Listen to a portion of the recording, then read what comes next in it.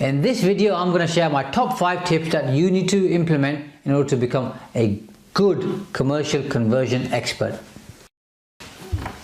Number 1, sourcing a good deal, which is what imperative really if you think about it, because if you end up getting a bad deal, then you're pretty much snookered unless you're really good at making things happen and changing them around, which requires a lot of effort.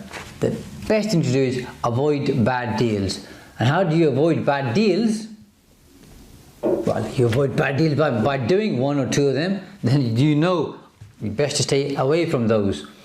But an even better way of obviously avoiding bad deals is to learn from others, to see what they're doing, and they'll be sharing with you what to do, what not to do, and stay away from the what not to do. But in reality, you are going to make mistakes and you are going to do bad deals, and that's what's going to help you to stay away from the really bad deals. But obviously look at the area that you're investing in. Keep the clientele, the tenants in mind. If you're looking to sell, keep the buyers in mind, and have good sourcing agents or estate agents who can give you really good deals that stack up. That's the first one. The second one is property potential. Can you add value to the property? So looking at, can you extend it backwards, upwards, sidewards? What can you do with the internal layout? Can you maximize the space?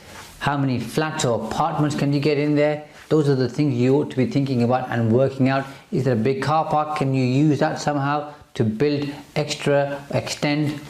Because that's where the real value will be added. And depending on obviously the property, that's going to help you a lot, because if you can extend it sideways, backwards, forwards, upwards, it's going to add a lot of value in terms of the final value for the profit you can make on your deal, or if you're renting out the rental income. The third one is funding. So think about all the different sources of funding and which one's going to work best for you.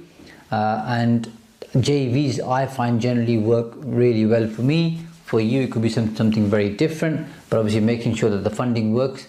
I have seen people have major problems when they go for very expensive funding, thinking that there's plenty of fat in the deal. The deal doesn't work because it takes longer than they expected, which happens most of the time anyway, by the way, and that causes real problems. So make sure you're very clear on the funding. Sometimes the funding stops coming in because the work's not been done properly. That's another major issue. So make sure you get your funding stream sorted.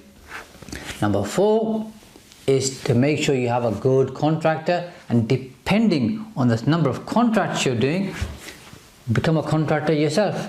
So initially I was using other people as contractors.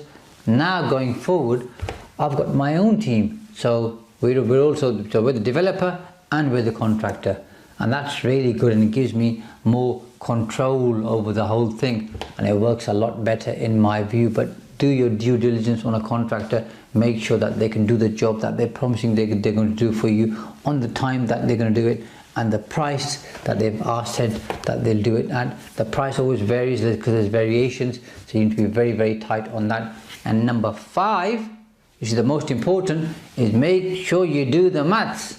So the maths should be done earlier, by the way, but make sure the deal stacks up. Do your appraisal, and I hope you have an appraisal system where you've got all your costs worked out in detail, plus your contingency, to make sure the deal works. And if the deal's tight on paper, when you actually do it, unless you're really experienced, you're probably going to struggle to make it work. But if on paper the margin is really good, so let's say on paper the margin is 30%, when you actually start working with the project manager or with the contractor, and depending on how big the deal is, the other people you have involved in your team, you're going to find out that your costs might be under what it's really going to cost you. But if there's plenty of margin there, let's say it's 30%, and you end up making a 20 or 22% margin, you're okay. But if you're starting off with a 20 or 18 or 16% margin, which is low, by the way, you're going to end up on 10, 12%. It's not worth doing, in my view. So make sure you do the maths, make sure you run your appraisal or your numbers through your appraisal system to make sure the deal works. And if it doesn't work, walk away. It could be a nice, lovely property. I've seen a number of those, and you fall in love with the property, the location. The numbers don't work. You've got to be very dogmatic about it and say, nope, next. That's what's going to help you become successful. So, source the deal. Make sure the property has some form of potential. Make sure you can fund it and look at all your funding sources. Make sure you have a good contractor, and most importantly, make sure you do the maths to make sure the deal stacks up.